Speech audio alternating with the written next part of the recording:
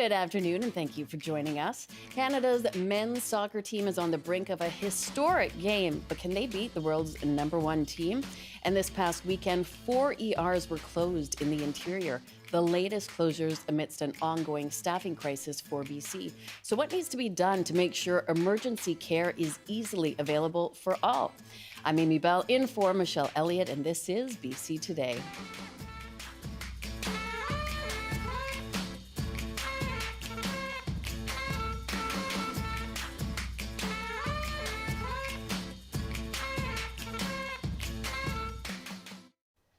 Thank you for joining us on radio, TV, and on live stream.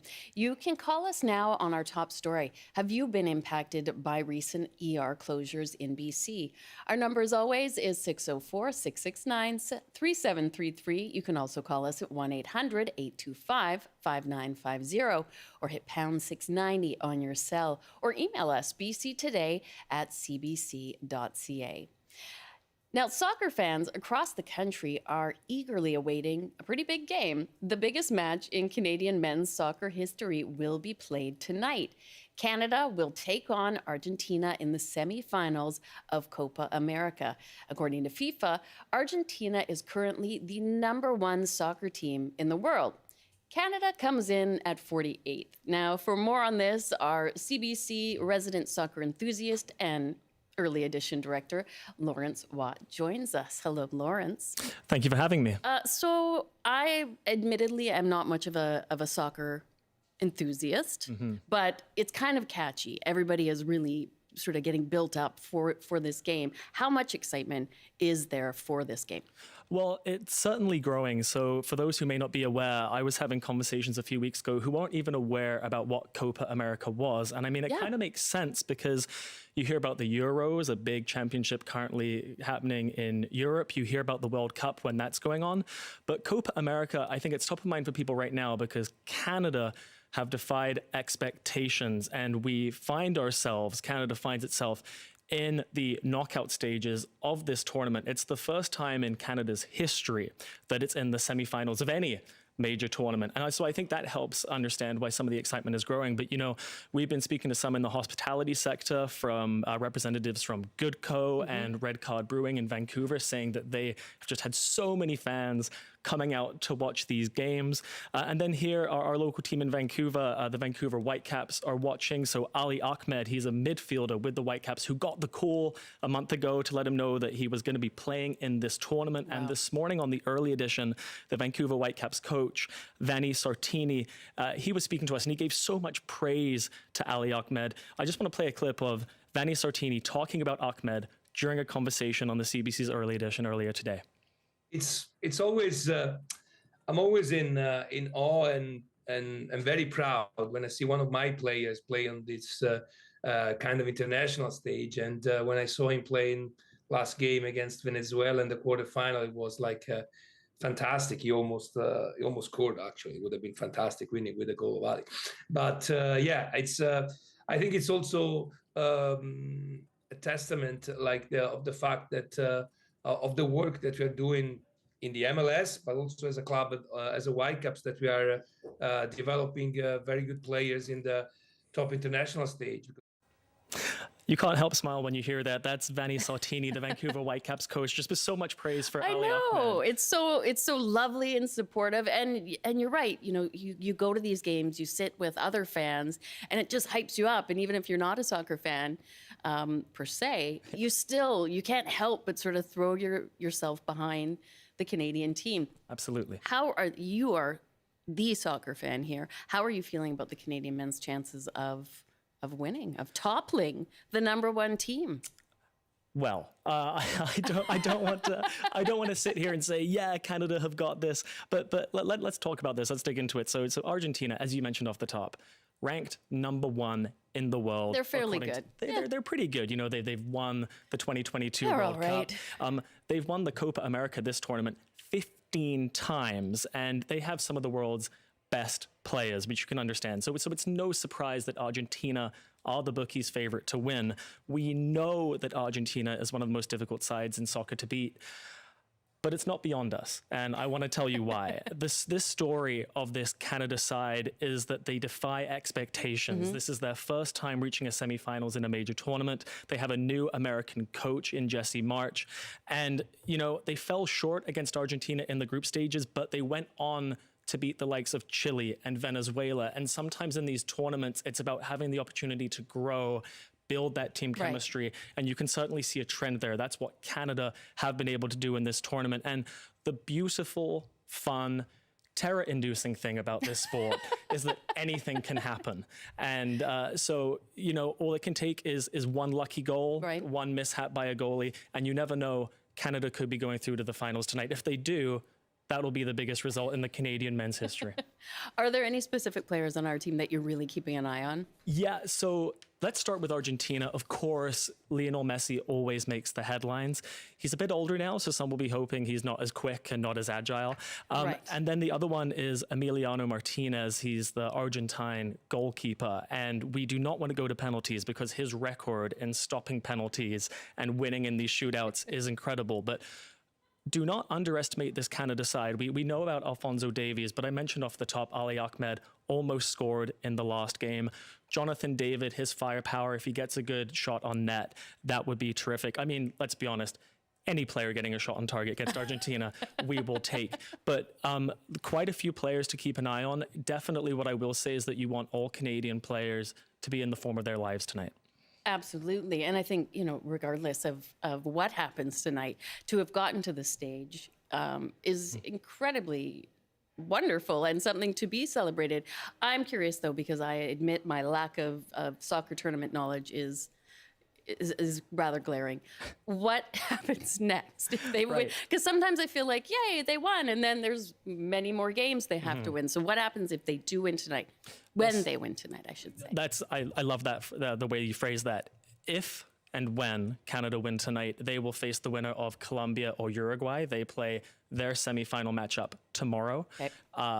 And if Canada do fall short, then I think still the nation will still be so proud and impressed with how far they've come. Sure. This is a team that, you know, 5 years ago, you wouldn't even expect them to make a World Cup. Now they're in the semifinals against the #1 ranked team in the world. So, so exciting. If they go through, they're into the finals, the first ever finals of the Canadian men in a major tournament. I think it would be great if they took some inspiration from the Canadian women who have won the 2020 Olympics and actually won some silverware.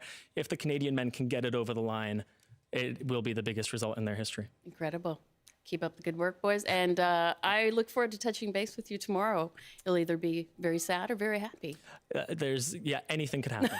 Yeah.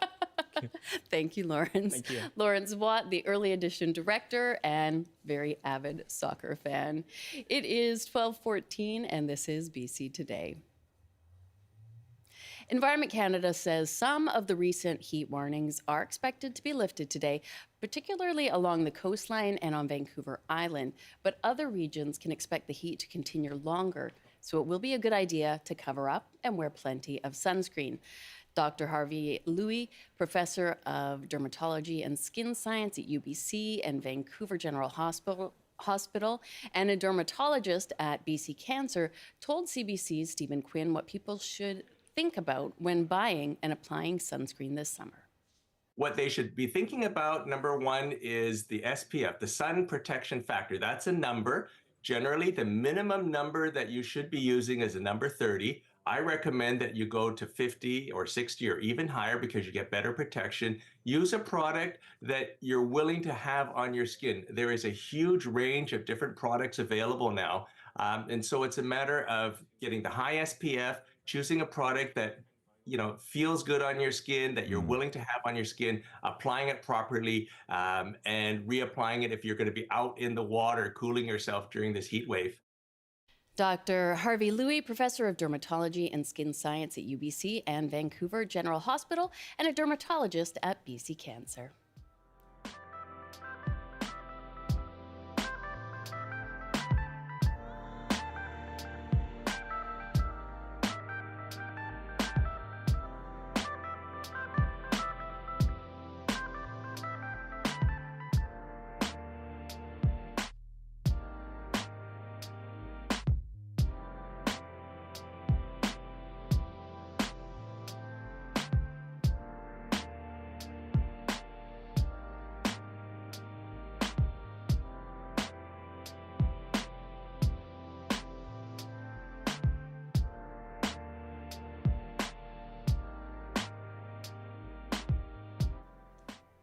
Now, just this past weekend, the Nicola Valley ER was closed for the fifth time this year, meaning that the closest ER was almost an hour's drive away in Kamloops.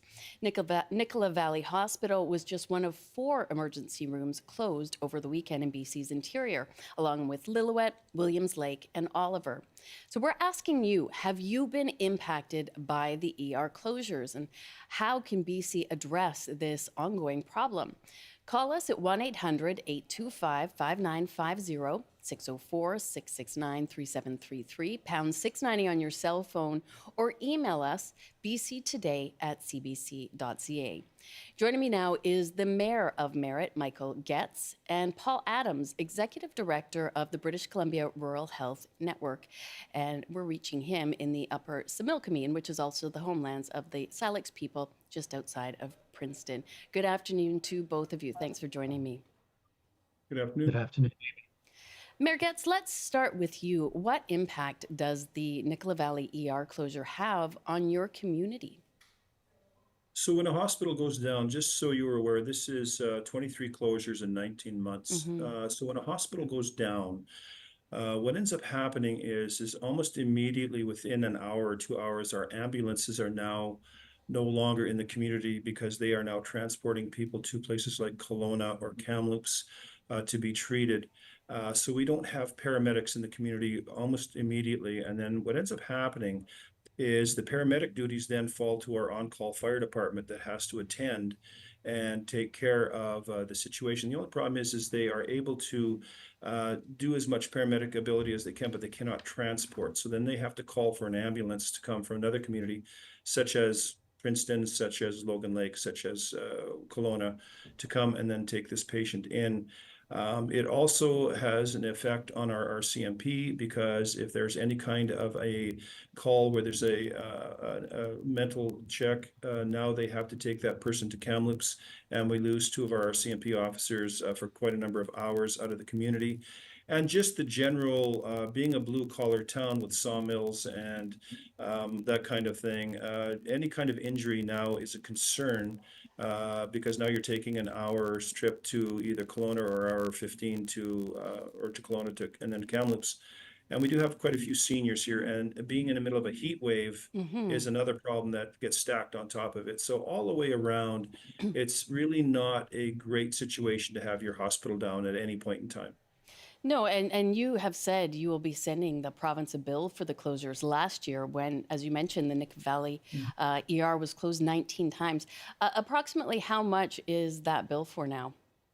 So that'll be going out this week. We've just tallied it all together. So our cost for the 19 days down is $34,000. But then we also have to put in the cost of our fire department spending their budget to be paramedics, and that's a little over $50,000. So we're close to about $90,000, and that's just for this community alone. And that is close to a 1% tax raise for the citizens of Merritt. And just so you understand, when we pay the taxes to the province or our share for our hospital, that's $634,000. We pay that at the beginning of the year. Right. So we would then expect that we would have 365-day coverage for the emergency room based on us paying in advance.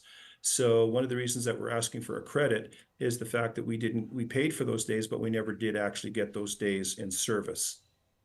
Exactly. And what are you hearing from other mayors about this plan, or have you heard from other mayors about this plan? I have talked to the mayor of Williams Lake, and he's considering doing the same thing. Other mayors, I have not talked to be honest with you. I would feel that they probably would either give me a shout or we would join together, or they may have a plan of their own. I'm not 100% sure. Right. But I have contacted the Williams Lake mayor, and we've been talking about this.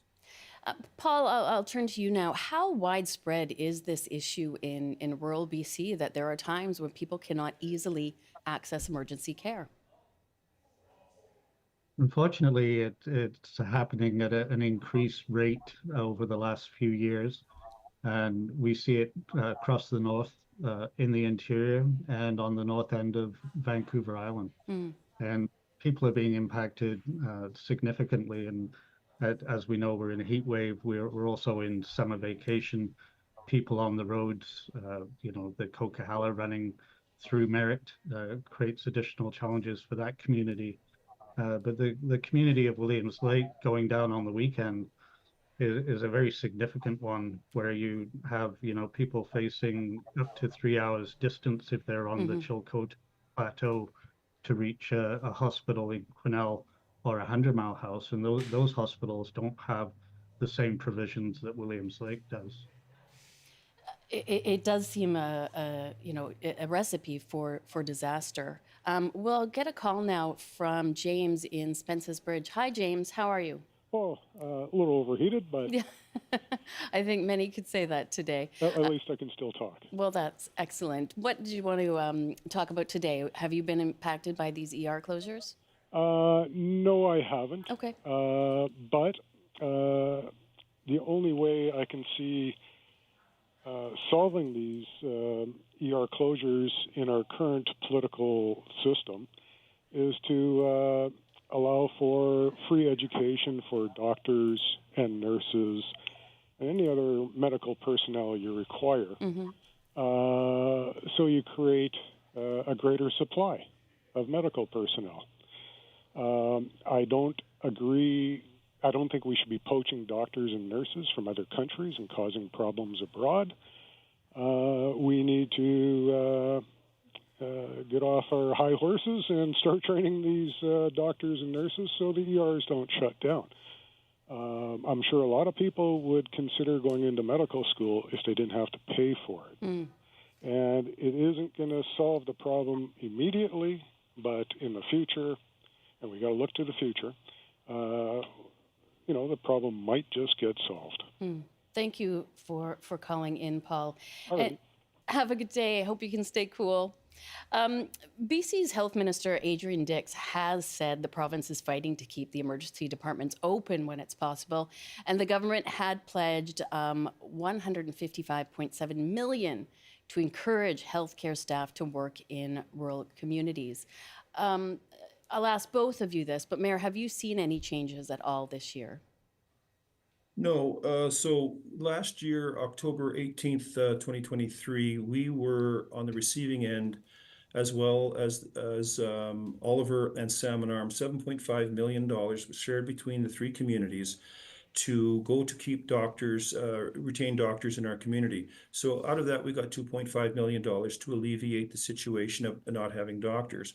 The fund was released, and we have had 3 closures because of no doctors. So I'm not really sure throwing money at it is the solution. Now, the last caller did have a point about free medical care and stuff like that. Now, a lot of doctors and nurses do get forgivable loans as they go through. One thing I'm asking the provincial government is a ROI. One of the problems that we're having is as these kids go through school and they get close to graduation, they're poached by the States, by Ireland, by other countries that are looking for well-trained nurses. And we've got to have the ability for, if you're receiving a subsidy for your education, that you at least give us 2 to 5 years of return on investment so we can get something back for it. And I think we have to start looking at a situation where we're almost like the RCMP, where when you do graduate into the system, you are put into smaller communities and then you move your way into the bigger ones over a period of time. Paul, do you feel that these government initiatives are working to lure people towards these more rural areas?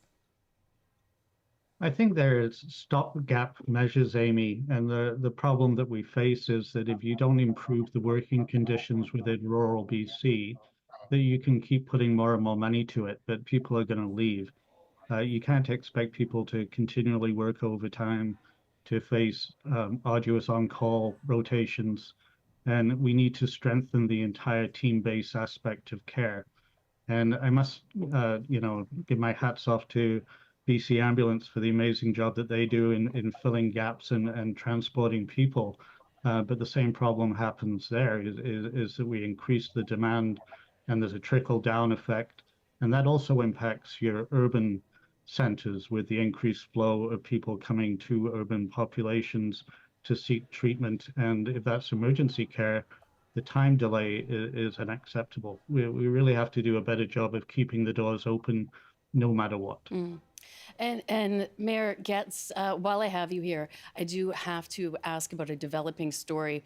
Merritt residents have been told to conserve water after a well failure, and the city says people need to conserve water by all means possible. What do you know so far about the situation? So our main pump has a gasket that let go, and unfortunately, the stream of water went directly into a panel, electrical panel. So what's happened is we've had to go to our smaller wells. We still have water that's being used. We're just asking people to be a little bit more careful. The electricians won't look at it until at least this afternoon, until the panel dries out. We do have the piece to repair it with. So it's just a matter of waiting for the electronic inspection and getting the new piece in, and then we should be back to normal. It's kind of a freak situation that this gasket broke, but it broke. But we are working on that. And can people drink the water? Yes, most Okay. definitely. It's all potable. It's just that our refill rate in our reservoirs is not as quick as we'd like it to be. So we just want to err on the side of caution. So I mean, with this heat right now, you shouldn't be watering or anything anyways, because it's just evaporating the minute you use it. So we're just erring on the side of caution. There's no panic. We haven't got a hold of emergency services or anything like that. We're fine. It's just that we have to be careful the amount of water we use right now until the big pump is back up and running. Appreciate that, and I would have been remiss in not asking you the very latest while I have you here. We're going to take one more call. This from Brenda on the Sunshine Coast. Hi, Brenda. Hi, can you hear me? I sure can. Yes, I'd just like to say the shortage of doctors and nurses across the board with BC, has also impacted the wait times for the surgeries. Absolutely. So it's really a lot of people have, been severely impacted by that, myself included. And also the other problem is that I don't understand why they haven't hired back all the doctors and nurses that refused the vaccination in the first place. BC is the only province in Canada that hasn't hired back all the nurses and doctors that are still waiting for their jobs for their own personal medical choices. They should not be. They should be allowed to have their jobs back. Linda, Brenda, I really appreciate you making that point. I do want to get the response from our guests while we have the time. Paul, is that a possible solution, as we are still not allowing unvaccinated nurses to come back to work? Would that help to ease the pressures on the system? I think it's debatable, and it's certainly a divisive issue. So, the COVID vaccine mandate did equate to the loss of nurses and physicians, but the numbers in replacement also increased. So we've increased the number of nurses and physicians within the system since the pandemic. So it's not necessary that we're going to actually alleviate the problem. Okay. Many of those people have returned to service by getting vaccinated, and many have left as well. So how many people are available is a question. And another question is, how many will leave? There isn't buy-in from existing healthcare professionals that the mandate should be lifted. So I think that needs to be managed by the doctors and the nurses and the people representing those voices to decide how that moves forward. Fair enough. I thank you both for joining me today. Always appreciate your time. Take care. Thank you very much. Michael Getz, Mayor of Merritt, and Paul Adams, Executive Director of the British Columbia Rural Health Network. This is BC Today on CBC. We're on Radio 1, CBC Television, and live streaming on our website, cbc.ca/BC. We're on YouTube at CBC Vancouver and on the CBC News app. Right now, it's the news with Robert Zimmerman. Good afternoon. The heat wave is set to break here in Vancouver tonight, with the forecast projecting more normal temperatures around 23 degrees for the rest of the week. But temperatures will remain in the high 30s in much of the southern interior, including Kamloops, where it's expected to hit 41 degrees today. 25 daily high temperature records were set and 2 tied across the province yesterday. The city of Merritt, meanwhile, has temporarily halted all non-essential water usage in the middle of the heat wave. There's been a major pump failure in the main distribution system at the Vote well.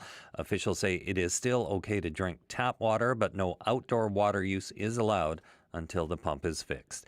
And crews are working to control a wildfire about 50 kilometers northeast of Terrace. It's estimated at 70 hectares and visible from Highway 16. The BC Wildfire Service says 2 initial attack crews and a pack crew are fighting the flames. And taking a look at the forecast, heat warnings continue for much of the province, with highs in the 40s in some areas. On the north coast, sunny this afternoon with a high of 18. Highs reaching 35 with local smoke and sunshine in the Peace. In the central interior, including Prince George, mainly sunny with a high of 33. Highs up to 39 degrees and mainly sunny with local smoke in the Kootenays. In the southern interior, including Kelowna, a mix of sun and cloud with a high of 39 as well. And for Metro Vancouver, Greater Victoria, and the Fraser Valley, warm and sunny this afternoon with highs up to 33 inland. That's your CBC News Update from Vancouver. Thank you, Rob. I know it's not tennis, but will you be watching the soccer game tonight? I probably will be. I'm watching the game right now. 2-1 Spain. Oh, spoiler alert. Sorry. Rob! 2-1. You're supposed to say spoiler alert before you spoil it. Got it. Spoiler alert. Okay. You did it Yeah, wrong. that's right. All right, thank you. Okay, never mind. Talk to you tomorrow. Okay. Now, in just a moment, we'll be taking a look at the importance of the arts and how it stays relevant. But first, here's what's coming up on CBC this afternoon. Amy, hi there. It's Gloria Makarenko here, and I wanted to flag a few things we've got lined up for On the Coast this afternoon.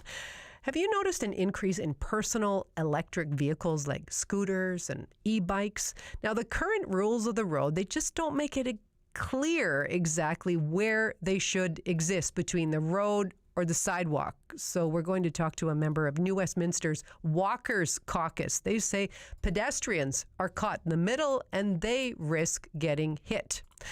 We'll also get you ready for the Copa America semi-final. Team Canada is going to face Argentina today at 5 o'clock. We'll take you to a watch party. So tune in to On the Coast between 3 and 6 this afternoon. Thank you so much, Gloria, following everybody, just paying attention to the soccer game. So we'll have lots of coverage of that throughout the day.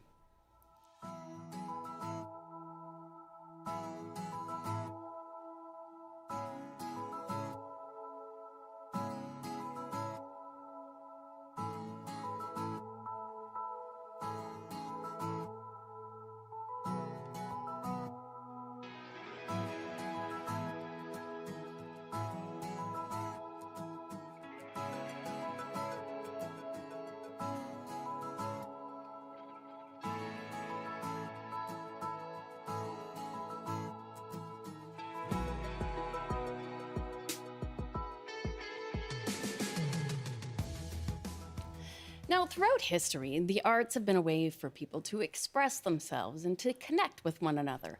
They provide social commentary, entertainment, and escapism. But in an ever-changing world where TikTok and streaming services seem to dominate, what do the arts look like today?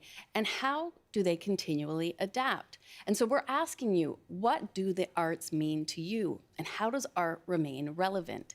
Call us at 1-800-825-5950, 604-669-3733, pound 690 on your cell phone, and you can email us bctoday@cbc.ca. Joining us now are 2 guests. Heather Redfern is the Executive Director for The Cultch, a contemporary arts theater and gallery. Hi, Heather. Hi, how are you? I'm doing great. Thanks for joining us. And also joining us is David Pay. He is the founder and artistic director of Music on Main, which aims to make live music just more accessible to all. Hello, David. Hello, Amy. So great to have you both with us today. And I know, Heather, you're joining us from Montreal, where you're scouting out the art scene. Yeah, I am at the Montreal Circus Festival.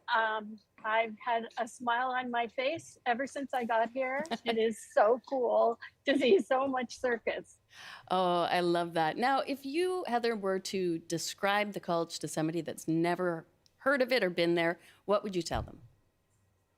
I have to do that a lot. So what I tell them is that we do incredible contemporary performance, both online and live on stage. And it runs the gamut from dance to circus to theater to the panto.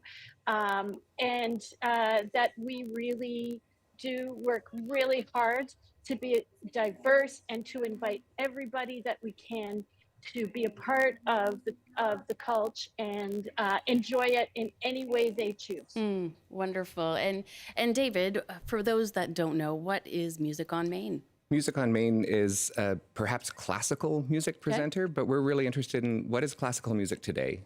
What are composers and music makers doing today for the concert hall or for spaces where we can get together socially and really listen to music? So we don't present music for dancing or music for talking to, but we present music where we can all sit down and listen together. And sort of meet people, I guess, where they're at instead of, making them come to a certain place. Absolutely. 14 years ago, we started doing concerts in places like jazz clubs and nightclubs and the Fox Cabaret, and people don't expect to hear a string quartet there. But I love that. And I guess, what are some of the biggest hurdles that you're both facing right now, in the arts industry? Heather, I'll start with you. Sure. I mean, obviously, we are facing the same kinds of inflationary things that everyone is, except that a lot of the things that we pay for have really exploded in cost. And so, we have rising costs. And at the same time, we have governments who have frozen funding. And we have a situation where people are really stretched for their dollar to buy a ticket or their dollar to make a donation. So, we are trying to juggle all of those things and give to the community as much as we always have been able to give. So we very much see the work we do as public service, and everything is costing more, and we're really getting squeezed financially.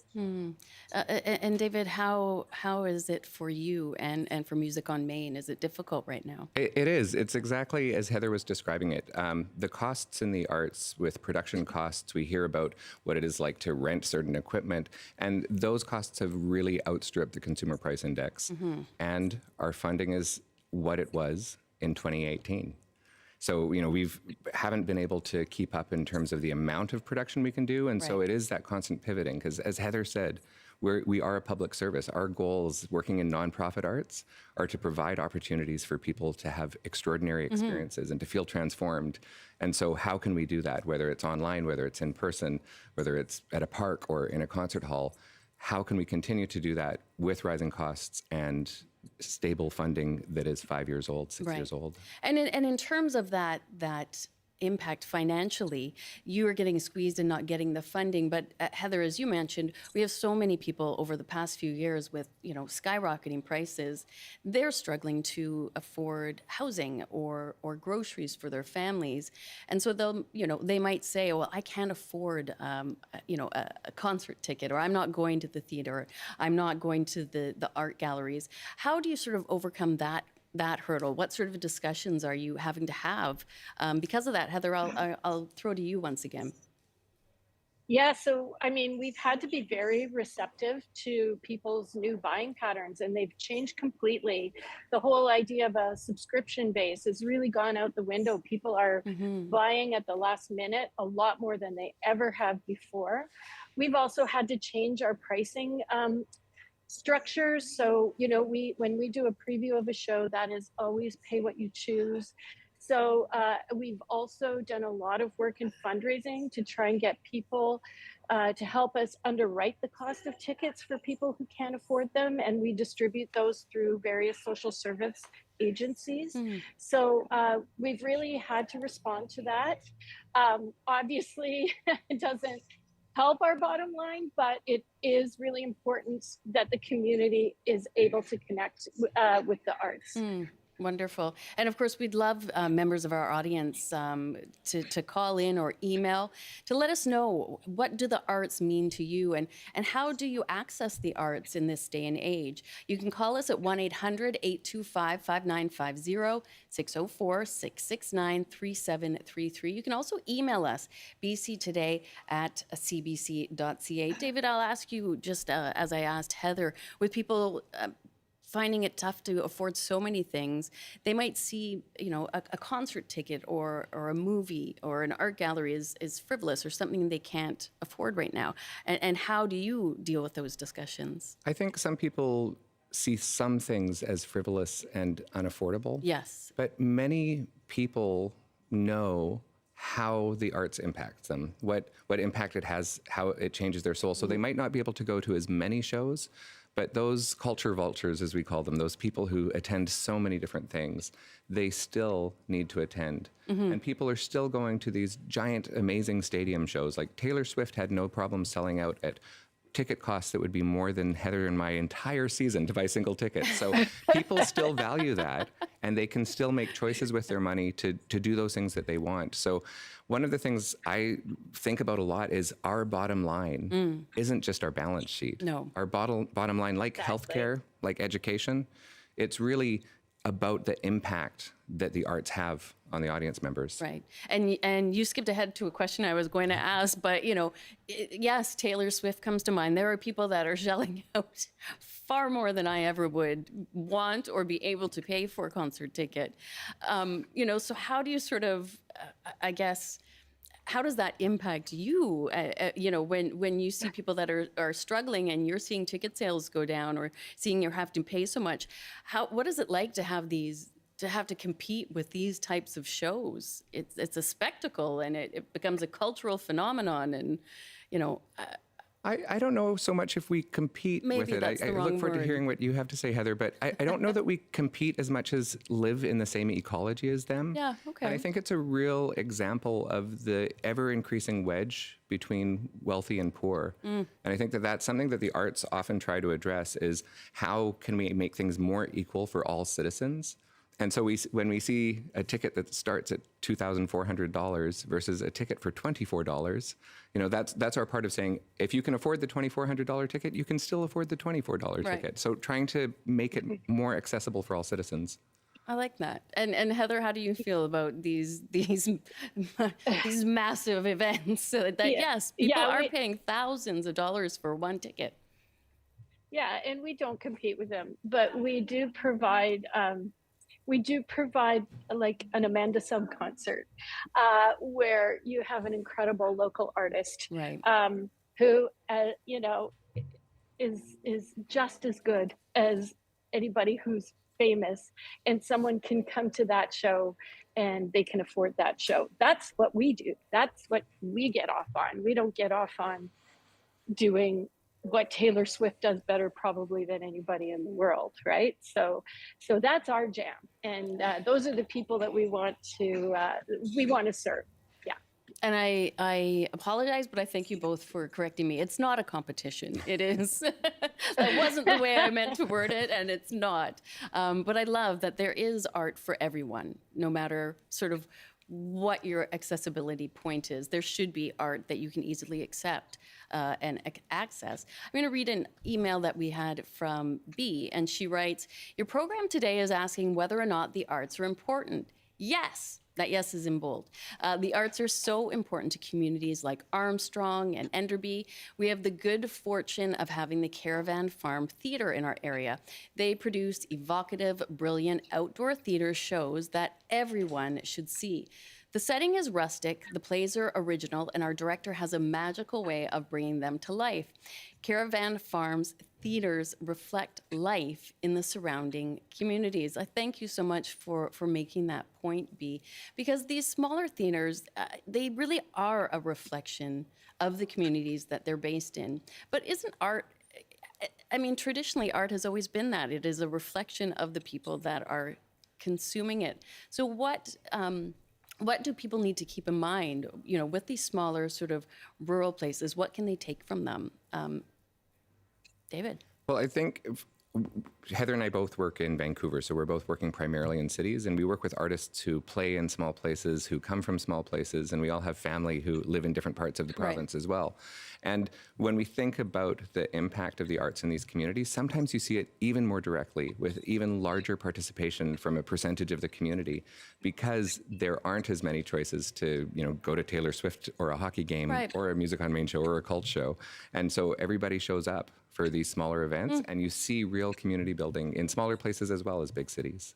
And Heather, does you sort of find that, it's almost a benefit of these larger shows that people, seek out these smaller rural locations? Yeah, I mean, I do think that, it speaks to the importance of touring. The ability for a show to move around the province and, be on the island and be in Vernon and, be at Harrison Hot Springs or, wherever, Prince George. It's essential that we really strengthen those networks because that provides opportunity for everyone across the province. And one of the things we can do, being in the larger city, that we certainly do a lot of at the Culture, is we can anchor a tour, because we can run a show for 2 or 3 weeks, but Vernon can maybe only do one performance. So if the touring artists have that anchor, they have that, they can sit down and they can be, well paid and run their tour that way. It really makes it affordable, much more affordable for them to do those one-offs in smaller communities. I'm going to take a call now from Mike, and he's in Vancouver. Hi, Mike. Thanks for calling in. Hi, how are you? I'm doing great. So how has the arts impacted you? Well, I'm a professional in the theater community. Okay. I'm a technician by trade, and worked through the whole pandemic, and sort of saw what I saw as like a 2-part major problem that's causing what your guests will probably know is like the structural deficit of arts at large in Canada. One is like a brain drain, is that artists who are coming out of school are just can't live in communities like Vancouver. It's too expensive. And then 2, the people who are continuing to work are, the technicians, the people that make theater and music possible. I feel like their minds aren't being tapped for possible solutions to pivoting, and they're just sort of sitting there with maybe a lot of ideas. And I feel like a lot of the organizations that I've worked with and for are leaving those, people who put their blood, sweat, and tears into these shows sort of at the wayside, an untapped resource. And what would you like to see from the organizations? Because the organizations themselves are facing those same difficulties with high costs and rents. How do you expect, or how would you like for them to help out the people that are in those organizations? I think it's more just tapping the creativity that's already there, rather than making sort of decisions that come from the top. Like I read Creativity Inc., the Pixar sort of book about how to foster an environment of creativity within an organization. And a lot of that has to do with tapping every single person that works at that organization. And I think that a lot of the places that I've worked for and at just aren't doing that. Right. And, maybe there's a lot of ideas out there that they haven't tried yet that could bring in more money or reduce costs. I mean, incredibly valid points. It seems you're wanting just a more collaborative approach where everything is sort of a little bit more even. David, I see you nodding. You seem to be very much on board with this idea. Absolutely. And I think that independent arts organizations are doing this to a large extent, working in less hierarchical ways, allowing for leadership from technicians and allowing for leadership from artists. And we're building a show right now called The Tempest Project, where the artists, the technicians, the composers, we're all in the room together building it. And we're using those ideas in the company in the same way. So I think there is a lot of movement towards changing these structures of hierarchies in the arts so that everybody can have input. Right. And that's how we were able to survive and succeed through the pandemic. And we'll touch on the pandemic again in just a moment. But Heather, I saw you were also nodding in agreement about this sort of collaborative, we're all on the same team approach. Is that how things work at the Culture?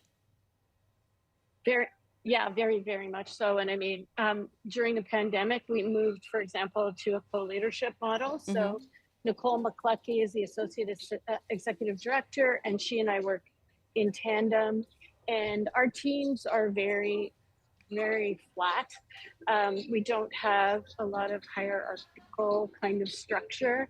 And it is the best way to work, honestly. And I think the other thing that's happening is that within the province and within the world, really, organizations are partnering a lot more with each other.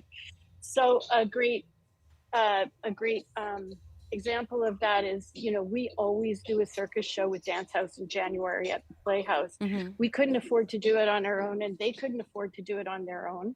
And we also work with partners in Montreal and Toronto to take that show across the country. So we are really having to work together in partnership more and more and more.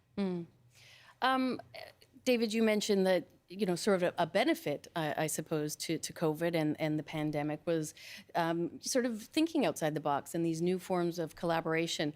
But the art sector was heavily impacted by the pandemic, by the COVID restrictions. What are some of those lasting impacts, or are you still feeling those impacts that went in during that time? I think we're still feeling many of the impacts structurally as well as financially. It was absolutely exhausting, constantly trying to find new ways for artists and audiences to connect, to engage technicians in new ways. And I think the arts, because we have innovation at our core, we have creation and creativity at our core, we did a really good job. But behind the scenes, it was exhausting, as it was in many, many industries. And like we're hearing in teaching, in the medical profession, there's a lot of burnout. There is. It's a very cumulative burnout. I feel like people they've sort of reached a point where enough is enough. And I can't even imagine how difficult it was to continue performing and addressing both your artists and the audience's needs. It was at times brutal. Yeah. But then you see the artists and the audiences together online at first and then in person.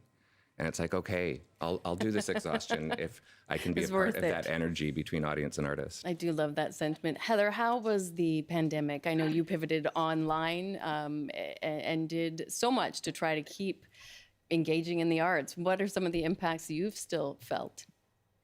It was a highly creative time. Absolutely. During the pandemic, and that making that huge shift for the artists involved and the staff all having to learn to do things they've never done before. And as David said, it was a lot of work and it was exhausting, but it was very exciting.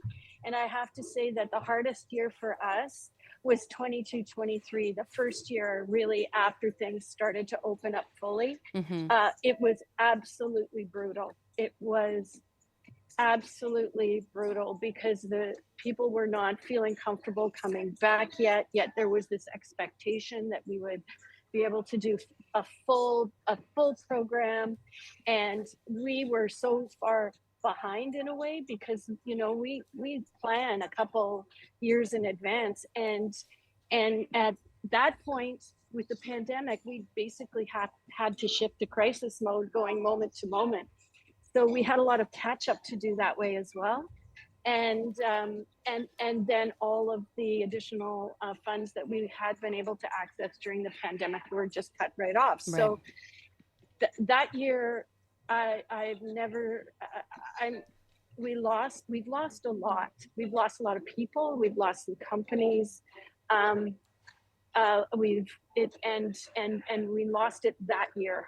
That was the year that really took it out of people. But I have to say, for the Culture anyway, 23-24 has been much better. The audiences are back. It's so exciting. to see that. So yeah. Wonderful.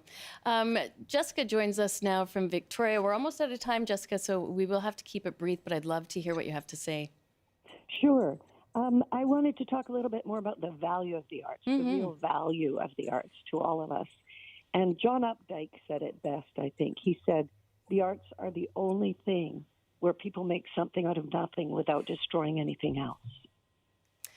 Lovely. And I think that happens every time that we get together to experience art, or whether we read a book, or whatever we do in our interrelation with art, we are in the presence of creation that doesn't harm anything. And the other thing that I'd like to say is that a lot of the conversation has been about how underfunded the arts are, and the arts are $56 billion a year of Canada's GDP. So if the government can subsidize the oil companies, they better be able to subsidize the arts. Jessica, thank you so much. And to you both, we are very nearly out of time, so I can't delve too much. But is it something that Canada needs to be investing more in, that we need to focus more on the arts? I think all cultures need to focus more on the arts, and I think that Canada can be a leading light in changing the way that we do that. How about you, Heather? Final thoughts? Yeah, I think, the world is a hard place right now. Definitely. And going into a theater and having that experience with the artists on stage, but also the people all around you in the room, it changes people. It teaches empathy. It gives us a sense of ourselves as belonging to a whole, as opposed to just being an individual. We need more art right now, not less.